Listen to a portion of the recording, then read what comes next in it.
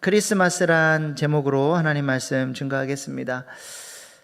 어떤 왕자님이 백성들의 사는 모습을 보기 위해서 변장을 하고 어느 가난한 마을에 가게 됐습니다. 그 가난한 마을에서 왕자님은 어떤 아름다운 처녀를 보게 되었고 첫눈에 반하게 됩니다. 왕자는 왕궁으로 돌아가서도 계속 이 처녀의 모습이 떠오르고 생각이 났습니다. 도저히 이 아가씨를 잊을 수 없었던 왕자는 그 아가씨에게 편지를 보냅니다.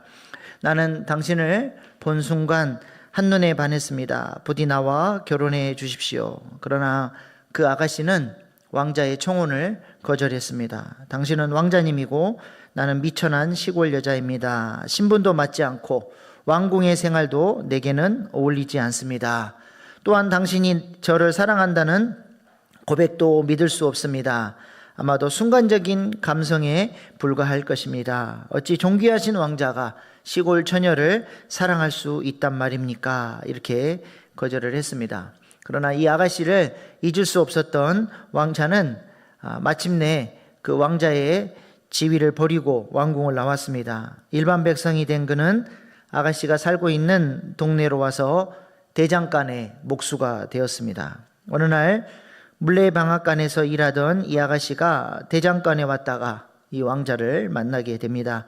왕자는 말했습니다. 내가 여기 이렇게 오게 된 것은 당신을 잊지 못하고 사랑하기 때문입니다. 이제는 나와 결혼해 주십시오. 아가씨는 그 청혼을 받아들여서 두 사람은 마침내 결혼을 하게 되었습니다. 이 이야기는 실존주의 철학자 키에르케고르가 크리스마스란 무엇인가에 대한 내용을 동화 형식을 빌려서 대답한 내용입니다. 크리스마스가 뭐냐? 우리를 사랑해 주시기 위해서 이 땅에 예수님이 몸을 입고 우리와 같은 수준으로 종의 형체로 내려오셔서 우리를 사랑하신 하나님의 러브 스토리라고 하는 것입니다. 도무지 자신의 힘으로 벗어날 수 없는 깊은 죄의 수렁에 빠진 우리들을 구원해 주시기 위해서 예수님이 이 땅에 찾아오신 사건이 바로 크리스마스라는 것입니다. 저는 어릴 때 엄마 따라서 시장 가는 것을 참 좋아했습니다. 저는 돈이 없지만 엄마 치맛지랑만 붙잡으면 시장은 그렇게 재미있고 즐거운 곳이 됩니다. 이것저것 구경하고 주전부리도 사 먹고 특별히 지금이야 그렇지 않은데 제가 어릴 때는 바나나가 정말 귀한 과일이었습니다. 엄마 따라다니다가 바나나 하나 얻어 먹으면 그게 아까워가지고 바나나를 핥아 먹었어요.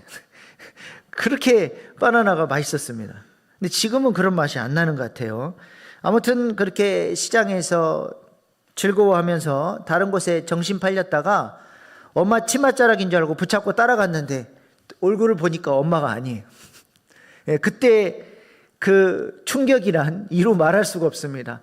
엄마랑 같이 있을 때는 시장이 천국과 같은 곳이었는데 다른 아줌마 치맛자락 잡는 순간 그곳이 이제 지옥으로 변화되는 거죠. 엄마를 잃어버리고 길을 잃어버린 아이가 할 수 있는 게 뭐가 있겠습니까? 그 자리에 앉아서 엉엉 우는 거예요. 그러면 엄마가 엉엉 울고 있는 저를 찾아오는 것이죠. 크리스마스가 뭐냐? 바로 이렇게 길 잃어버린 인생들, 아무 소망이 없는 인생들에게 하나님이 직접 찾아오셔서 구원하신 사건, 그 아버지의 사랑이 진하게 묻어있는 사건이 바로 크리스마스라고 하는 것입니다. 그렇다면 예수님이 우리를 찾아오셨는데 2000년 전 첫 번째 크리스마스는 어떤 크리스마스였을까요? 눈이 내리고 징글벨 신나는 캐롤이 울려 퍼지는 그렇게 멋진 크리스마스였을까요? 그렇지 않습니다. 올해 크리스마스는 나라가 워낙 시끄럽고 정치, 경제, 안보 등등 온 세상이 하수상해서 참 썰렁한 크리스마스를 우리가 지금 맞고 있는데요. 이때보다도 2000년 전 첫 번째 크리스마스는 더 쓸쓸하고 어두웠습니다. 오늘 본문 8절 말씀 함께 보시겠습니다. 시작. 그 지역의 목자들이 밤에 밖에서 자기 양떼를 지키더니 목자들이 추운 밤에 자지도 못하고 양떼를 돌보며 날이 밝기를 기다리고 있습니다. 이때 당시가 첫 번째 크리스마스, 예수님이 찾아오시던 이 당시가 이렇게 춥고 어둡던 시기라는 것을 상징적으로 보여주고 있는 것이죠. 정치적으로는 나라를 빼앗겨서 로마의 식민 지배 아래에 있었고, 종교는 부패하였으며 백성들은 착취당하여 가난하고 배고픈 비참한 상황이었습니다. 그런데 갑자기 밝은 빛이, 하나님의 영광의 빛이 그들을 비추면서 천사들이 나타나게 됩니다. 10절 말씀, 10절 11절 시작. 천사가 이르되 무서워하지 말라. 보라, 내가 온 백성에게 미칠 큰 기쁨의 좋은 소식을 너희에게 전하노라. 오늘 다윗의 동네에 너희를 위하여 구주가 나셨으니 곧 그리스도 주시니라. 천사들이 영광 가운데 나타나서 어떤 소식을 전했습니까? 그냥 기쁜 소식이 아니라 큰 기쁨의 소식을 전했습니다.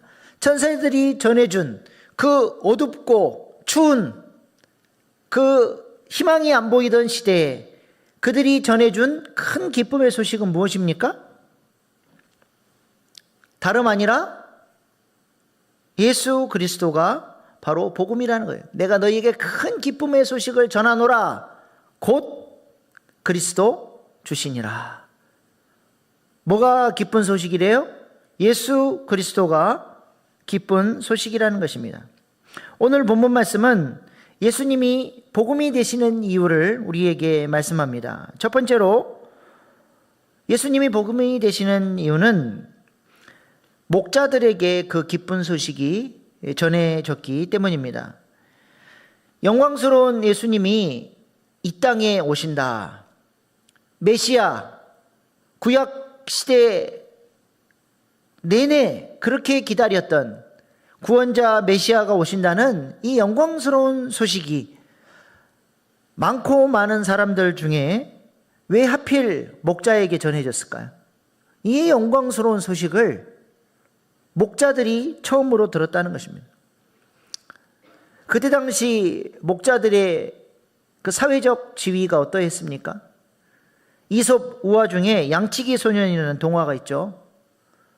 어느 마을에 거짓말하기 좋아하는 양치기 소년이 늑대가 나타나서 양을 잡아간다고 거짓말을 자꾸 하는 거예요.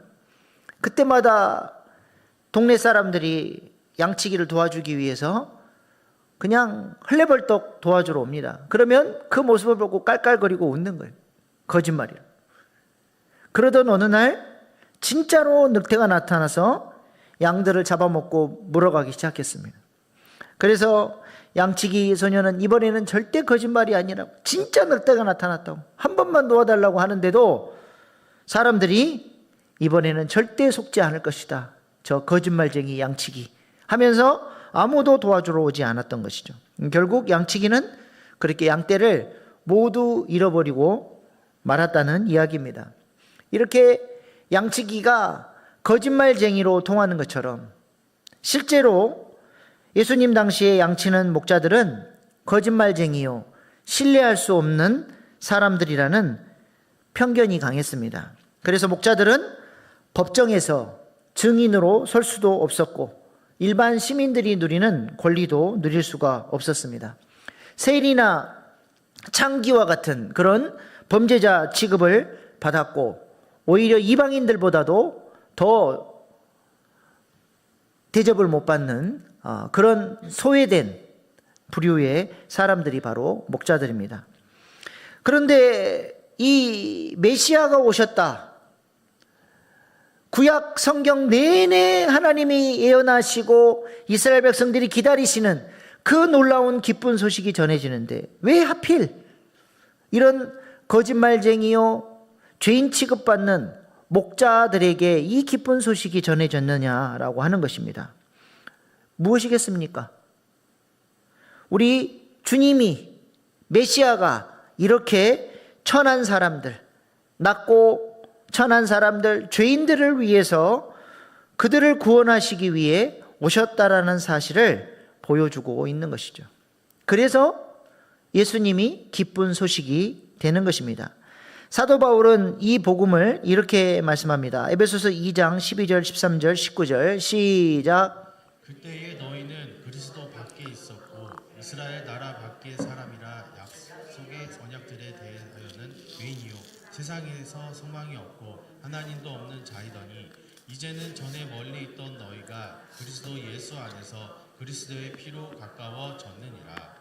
그러므로 이제부터 너희는 외인도 아니요 나그네도 아니요 오직 성도들과 동일한 시민이요 하나님의 권속이라. 아멘. 멀리 있던 사람, 소외된 사람, 구원에 대한 아무런 소망이 없었던 사람들이 그리스도의 보혈로 하나님과 가까워졌고, 이제는 하나님의 통치와 돌봄을 받는 하나님 나라의 사랑하는 백성, 하나님 나라의 가족이 되었다는 것입니다. 이것을 위해서 예수님이 복음으로 오신 것입니다. 오늘 본문의 목자들도 보시기 바랍니다. 백성들로부터 멀리 떨어진 빈들에서 소외된 계층으로 추위에 떨고 어둠 가운데 앉아있던 그들에게 이 복된 소식이 들려지게 되니까 이들이 어떤 사람으로 변화되었습니까? 오늘 본문 16절, 20절 시작. 빨리 가서 마리아와 요셉과 구유에 누인 아기를 찾아서 보고 천사들에게 이 아기에 대하여 말한 것을 전하니 듣는 자가 다 목자들이 그들에게 말한 것들을 놀랍게 여기되 마리아는 이 모든 말을 마음에 새겨 생각하니라. 목자들은 자기들에게 이르던 바와 같이 듣고 본 모든 것으로 인하여 하나님께 영광을 돌리고 찬송하며 돌아가니라.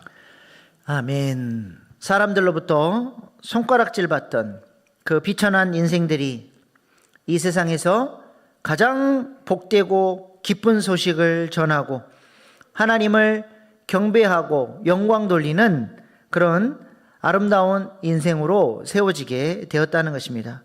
이렇게 신약 성경은 온통 복음이신 예수님을 통해서 변화된 사람들의 이야기로 가득합니다. 우리도 죄와 사망의 지배 아래 고통당하며 살던 인생들 아니었습니까?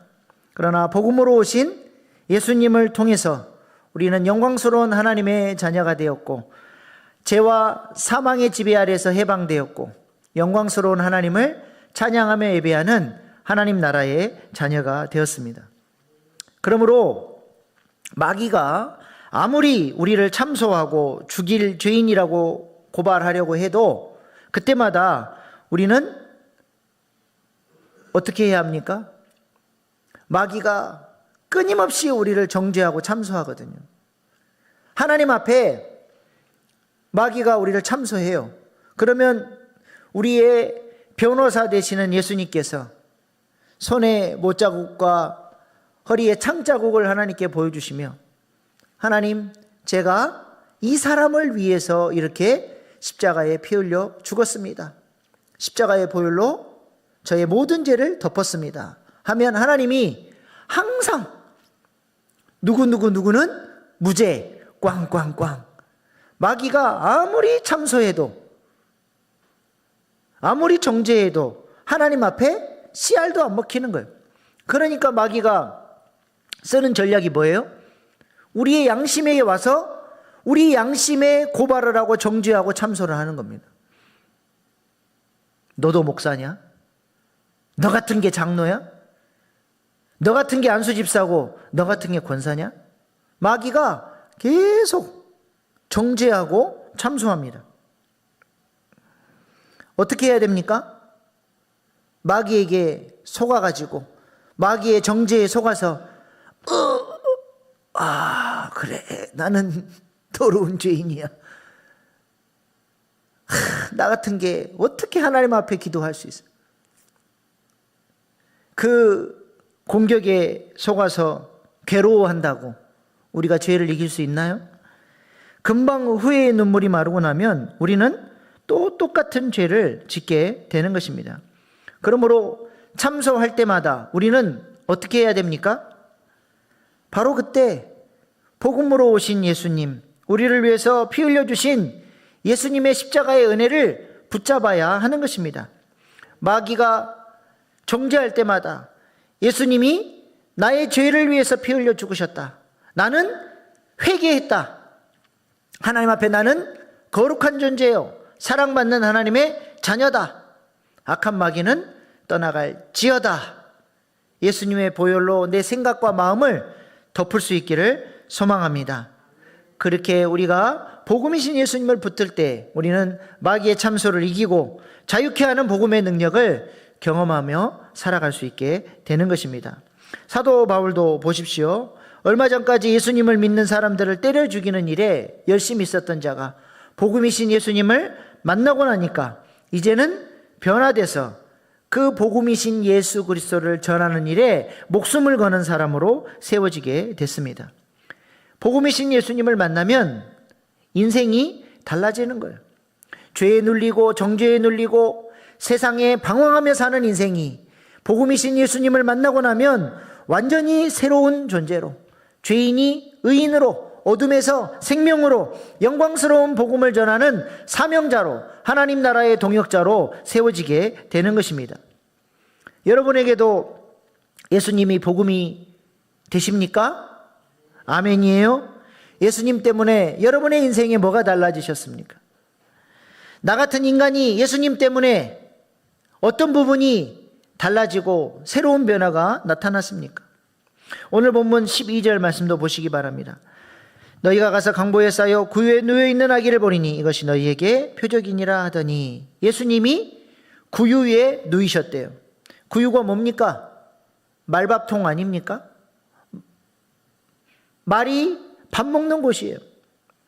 여기서 말이란 짐승 같은 존재를 대표하는 용어입니다. 시편 32편 9절 말씀 보세요. 시작.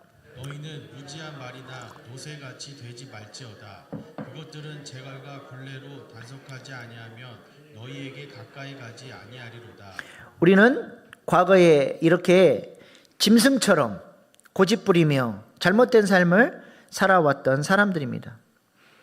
그런데 예수님이 바로 이런 인생들을 위해서 오셔서 짐승 같은 삶에서 우리를 건져내 주시고 구원해 주시기 위해서 구유 위에 누이셨다는 거예요. 이것이 바로 복된 소식입니다. 그래서 사도 바울은 이렇게 말씀합니다. 에베소서 2장 1절로 3절 시작. 그는 허물과 죄로 죽었던 너희를 살리셨도다. 그때에 너희는 그 가운데서 행하여 이 세상 풍조를 따르고 공중의 권세 잡은 자를 따랐으니 곧 지금 불순종의 아들들 가운데서 역사하는 영이라. 전에는 우리도 다 그 가운데서 우리 육체의 욕심을 따라 지내며 육체와 마음에 원하는 것을 하여 다른 이들과 같이 본질상 진노의 자녀이었더니. 아멘. 우리가 과거에 본질상 진노의 자녀였고 허물과 죄로 죽어 있었던 사람들이죠. 그래서 어떻게 살았나요? 세상 질서를 따라 살았고 마귀가 원하는 죄악된 삶을 살았고 육체의 소욕을 따라서 내 마음 내 뜻대로 살았습니다. 이것이 죄로 말미암아 망가져 있는 거짓자의 모습이죠. 우리는 이렇게 거짓자의 모습으로 하나님을 대적하고 하나님과 원수된 채 살았습니다. 그러나 복음으로 오신 예수님을 제대로 만나면 우리는 더 이상 이러한 거짓자의 모습이 아니라 하나님의 형상대로 회복되어져서 하나님 기뻐하시는 참자의 모습으로 살게 된다는 것이죠. 그래서 이제는 세상 질서가 아니라 왕이신 하나님의 말씀 앞에 순종하고 하나님을 왕으로 모시고 그분의 통치 아래 살게 되는 것입니다. 성자 예수님의 은혜를 통해서 죄와 사망 권세를 이기고 육체의 소욕대로 살아가는 인생이 아니라 성령 하나님의 인도하심을 따라 생명과 평안의 삶을 살게 되는 삶으로 복음이신 예수님을 통해서 하나님이 우리를 그렇게 변화시켜 주신다는 것입니다. 우리가 이렇게 예수님을 복음으로 만날 수 있기를 소망합니다. 거짓자의 모습으로 살아가는 인생이 아니라 참자, 하나님께서 기뻐하시는 아름다운 하나님의 형상을 소유한 자로 살기를 소망합니다. 그래서 교회를 다니는 사람이 아니라 거룩하신 주님을 보여주고 그 주님의 향기가 되고 그리스도의 편지가 되는 그런 하나님의 사람으로 세워져 갈 수 있기를 축복합니다. 가시게 가면을 쓰고 죄를 사랑하고 짐승처럼 육체의 욕망을 위해 살았던 사람이 복음이신 예수님을 제대로 만나면 이제는 영광스러운 복음을 기쁨으로 전하는 이 목자들처럼 그렇게 놀라운 인생의 변화가 나타나게 되리라 믿습니다.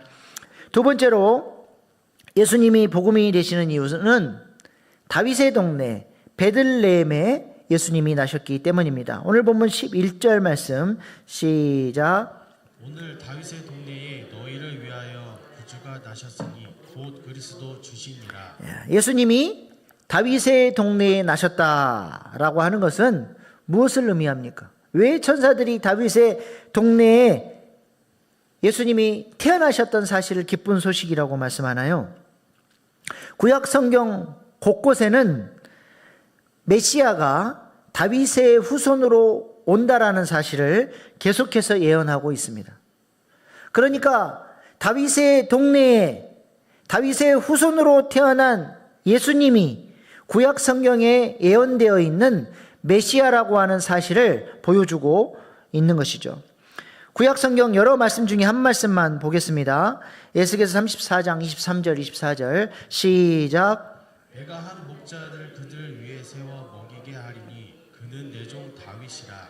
그가 그들을 먹이고 그들의 목자가 될지라. 네, 다윗과 같은 목자, 다윗과 같은 메시아가 이 땅에 올 텐데 그 목자가 와서 무엇을 한다고 말씀합니까?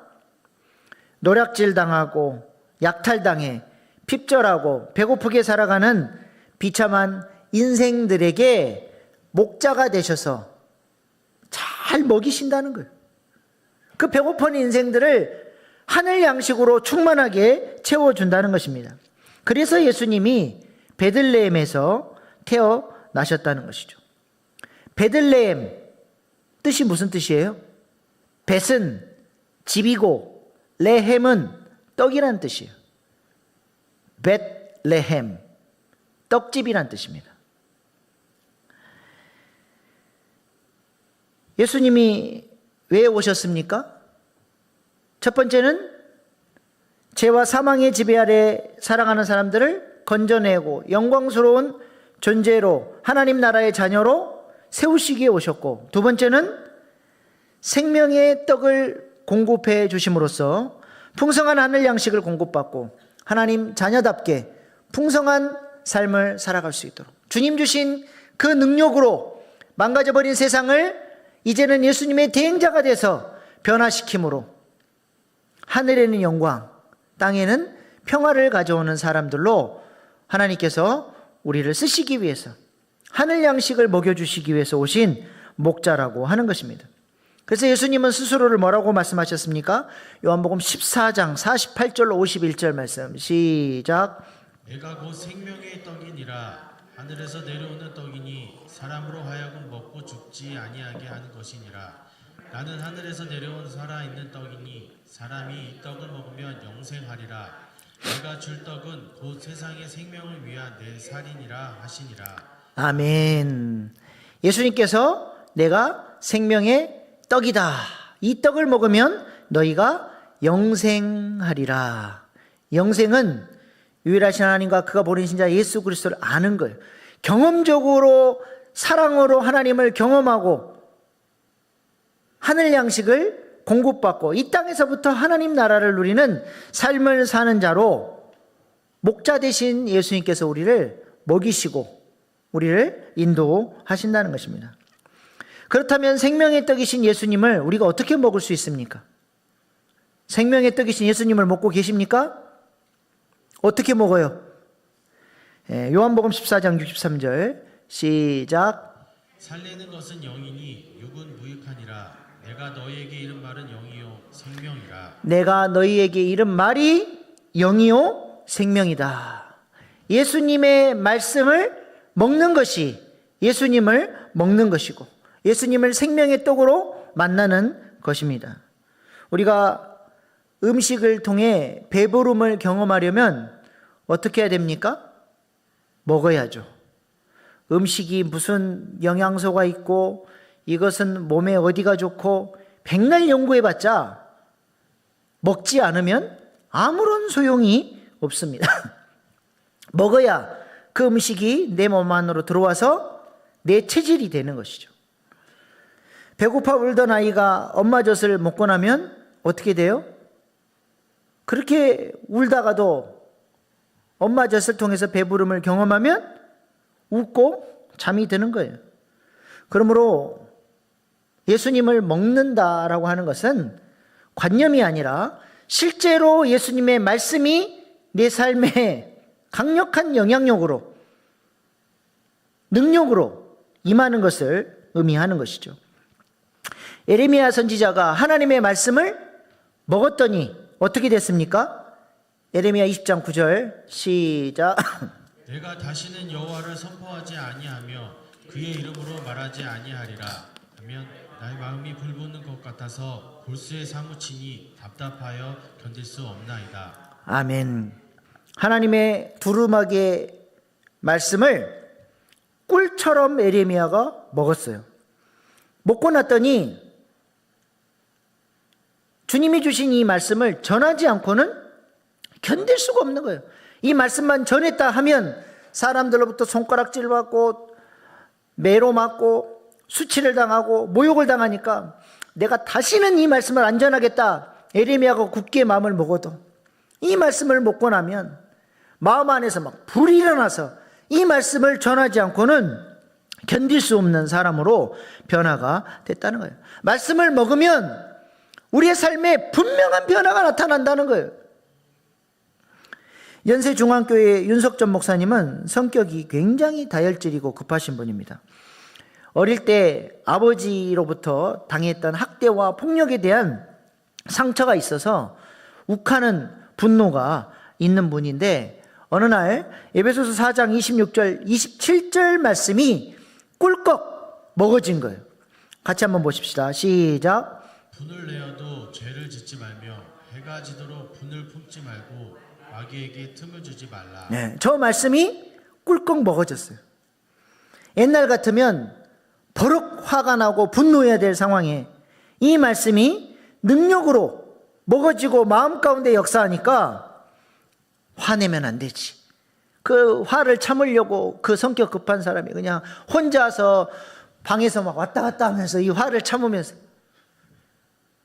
그 말씀이 먹어지니까 이것이 진짜 화낼 일인가 한 번 더 생각하게 되고 자신의 분노를 컨트롤할 수 있게 되었다는 것이죠. 말씀이 먹어지니까 삶이 달라지기 시작하는 놀라운 변화를 가져왔다는 것입니다. 그러므로 예수님을 먹는다는 것은 지식으로 아는 것이 아니라 실제적인 내 삶의 능력으로 경험이 되어져야 하는 거예요. 주일날 들었던 말씀이 듣고 끝나버리는 게 아니라 문을 열고 나가는 순간부터 삶의 예배로 나아가기 위해서 그 말씀 붙들고 나아가야 한다는 것이죠. 제가 집에서 금식 기도를 한 적이 있는데요. 3일 금식 기도를 하려고 했는데 둘째 날 제일 배고프고 힘들고 약간 이제는 좀 약간 머리도 어지러운 것 같고 힘이 쭉 빠지는 그 타이밍에 어떤 교인이 콩자반을 가져다 주셨어요. 저는 평소에 콩자반을 별로 좋아하지 않습니다. 근데 금식하다가 콩자반 냄새를 맡았는데 이제 막 해갖고 왔나 봐요. 얼마나 그 냄새가 맛있게 나든지. 콩자반이 먹음직하고 보암직하고 지혜롭게 할 만큼 탐스러워서 도저히 못 참고 한 숟가락만 한번 보고 보자 아와처럼 넘어가 버렸습니다. 그리고 한 숟가락 칵 떠서 먹었는데 난 세상에서 그렇게 맛있는 콩자반 하나는 처음 먹어봤습니다. 얼마나 맛있던지요. 그 한 숟가락 퍼먹고 나니까 그렇게 배고프고 막 어지럽고 쓰러질 것 같던 몸에 힘이 솟고 그렇게 배가 한 숟가락 먹었는데도 든든해지는 거예요. 저는 그때 콩자반 한 숟갈의 위력을 처음 느껴봤습니다. 먹는 것은 이론이 아니라 실제적인 능력이 되는 줄로 믿습니다. 예수님을 먹는 것이 바로 이런 거죠. 누구든지 사모함으로 생명의 떡이신 예수님의 말씀을 먹으면 예수님이 그토록 주시고자 하시는 영생의 삶, 하나님이 통치하시는 삶, 하나님 나라의 삶이 그의 삶 가운데 열려지게 되고 그 말씀의 능력 아래 순종하며 살 수 있게 된다는 것입니다. 이스라엘 백성들이 유월절 어린 양을 먹고 나니까 그 다음 날부터 어떤 삶이 열렸어요? 유월절 어린 양을 먹고 나니까 바로 그 다음 날부터 무교절의 삶이 시작이 되더라는 거예요. 누룩 없는 삶, 죄를 거절하고 거룩한 삶을 살아가고 방향 없이 애굽에서 종노릇하던 인생이 아니라 이제는 주님 부르신 사명의 땅을 향해서 여호와의 군대로 진군하는 새로운 삶을 향해서 달려가는 여호와의 군대로 사명자로 세워지게 되었다는 것입니다. 예수님은 우리에게 이렇게 구원을 주시기 위해서 목자처럼 비천한 인생들에게 기쁨의 소식을 들려주셔서 이제는 하나님의 자녀가 되고 영광스러운 복음을 전하는 자로 하나님이 우리를 세우시기 위해서 복음으로 이 땅에 오셨을 뿐만 아니라 생명의 떡을 우리에게 먹여주시기 위해 베들레헴 떡집에서 태어나셔서 이제는 우리가 그 양식을 공급받고 하나님 나라의 백성으로 주님이 이 땅에 계셨더라면 하셨을 그 귀한 사역들을 감당하며 구속사에 우리를 쓰시기 위해서 예수님이 복음으로 이 땅에 오셨다라고 하는 것입니다. 이 복된 소식이 우리의 영혼에도 레마의 음성으로 들려져서 목자들처럼 이 기쁜 소식을 전하는 인생 될 수 있기를 소망합니다. 그리고 더 나아가서 예수님을 통해 날마다 풍성한 양식을 공급받아 변화된 삶을 살아감으로 하나님이 우리를 보실 때마다 영광 받으시고 우리가 이 땅에 샬롬, 평화, 하나님 나라를 확장해가는 그 아름다운 사역에 귀하게 쓰임받는 저와 여러분 될 수 있기를 소망합니다. 기도하겠습니다. 예수님은 이 땅에 복음으로 오셨습니다. 복음이신 예수님을 만나면 목자같이 비천한 존재도 영광스러운 존재로 복된 소식을 전하는 하나님 나라의 일꾼으로 세워지게 됩니다. 복음이신 예수님을 만나면 신령한 양식을 공급받고 변화되어 말씀대로 순종하며 하나님 나라의 대행자로 하나님 나라를 확장하는 왕같은 제사장으로 살아가는 능력을 공급받게 됩니다. 이 시간 우리에게 복음으로 오신 예수님이 나의 복음 되어서 죄와 사망 권세를 이기는 영광스러운 존재로 세워주시고 날마다 생명의 떡을 공급받아 이 풍성함을 전하는 하나님 나라의 자녀로 살게 해달라고 이 시간 주여 3번 부르고 결단의 기도로 나아가시겠습니다. 주여 주여 주여.